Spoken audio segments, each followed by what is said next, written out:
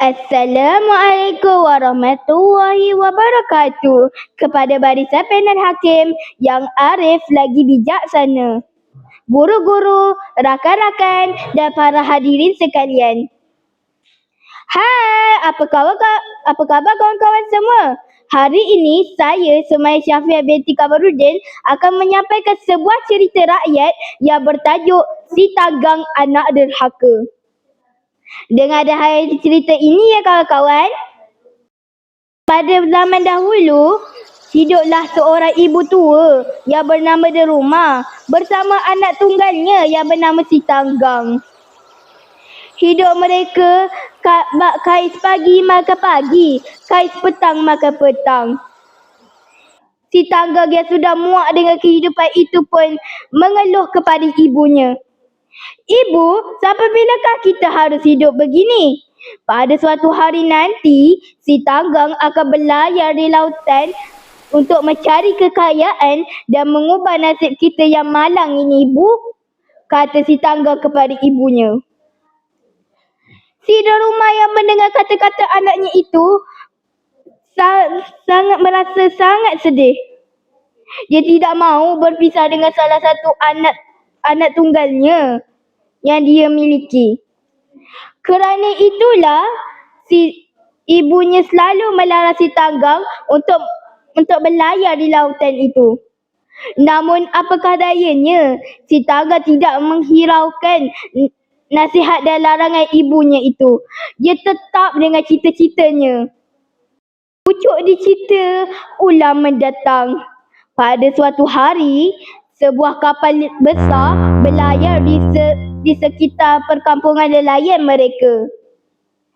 Tanpa berfikir panjang, Si Tanggang terus menyiapkan barang-barangnya lalu mengikuti nahkoda kapal itu untuk sama-sama berlayar di lautan yang luas itu. Nahkoda kapal pun terpesona dengan sikap Si Tanggang yang bertanggungjawab dan jujur. Kerana itulah Si Tanggang telah dilantik menjadi anak angkat nahkoda kapal kepada kapal yang mewah tersebut. Bertahun-tahun pun berlalu. Akhirnya nahkoda kapal itu pun meninggal dunia. Lalu kerana wasiat nahkoda kapal tersebut, Si Tanggang pun telah dilantik menjadi nahkoda kapal yang baru. Kini Si Tanggang memiliki kekayaan kekayaan anak kapal dan juga mengahwini puteri raja yang cantik dan jelita. Meskipun begitu, dia telah melupai jasa-jasa ibunya yang telah bersusah payah untuk menjaganya sejak kecil. Pada suatu hari, kapal Si Tanggang telah berlayar di persekitaran kampung nelayannya di mana tempat dia membesar sehingga dia menjadi dewasa. Si Tanggang pun berkata, mengapa aku seolah-olah mengenali perkampungan ini?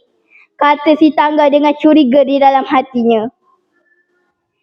Orang-orang kampung yang melihat Si Tanggang yang berada di atas kapal yang besar dan mewah itu terus menjerit. Si Tanggang sudah pulang, kata jeritan mereka. Si Deruma yang mendengar jeritan orang kampung itu terus melompat kegembiraan. Dia pun terus menyiapkan makanan kegemaran anaknya. Lalu tanpa basa-basi, dia menaiki sampan yang usang itu, mendayung sekuat tenaga untuk bertemu anaknya di atas kapal itu.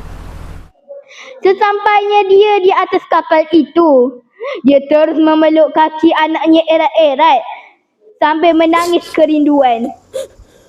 Namun, apakah yang berlaku? Tiba-tiba, isteri Si Tanggang pun bertanya kepada Si Tanggang, "Kanda, adakah itu isteri Kanda? Adakah itu ibu Kanda?" Tanya isterinya.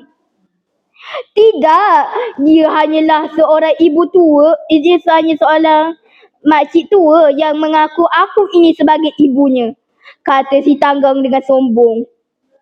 Lalu tanpa belas kasihan, si Tanggang menendang ibunya sekuat-kuatnya.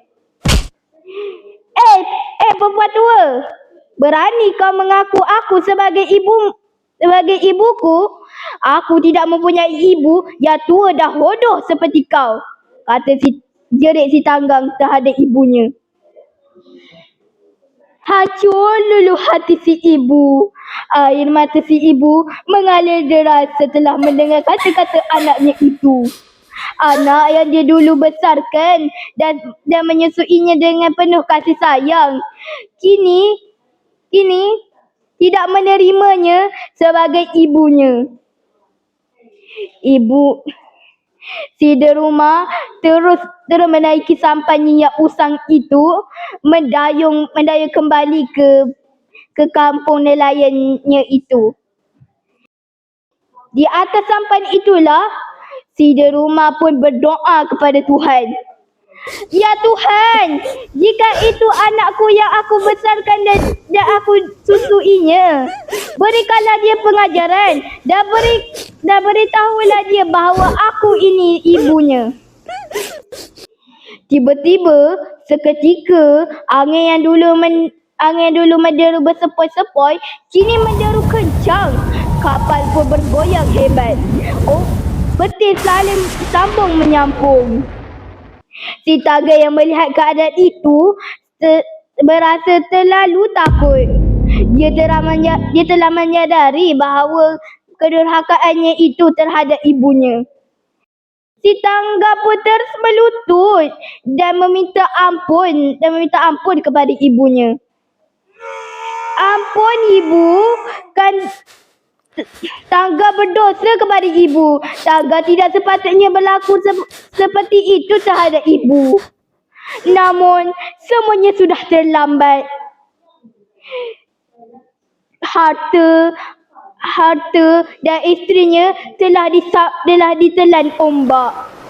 Seketika tiba-tiba badan si Tanggang berubah menjadi batu secara perlahan-lahan.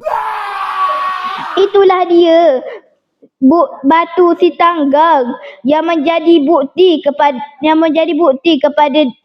sumpahan ibu kerana anaknya yang durhaka. Keadaan pun mula reda. Si Tanggang pun telah menjadi batu dan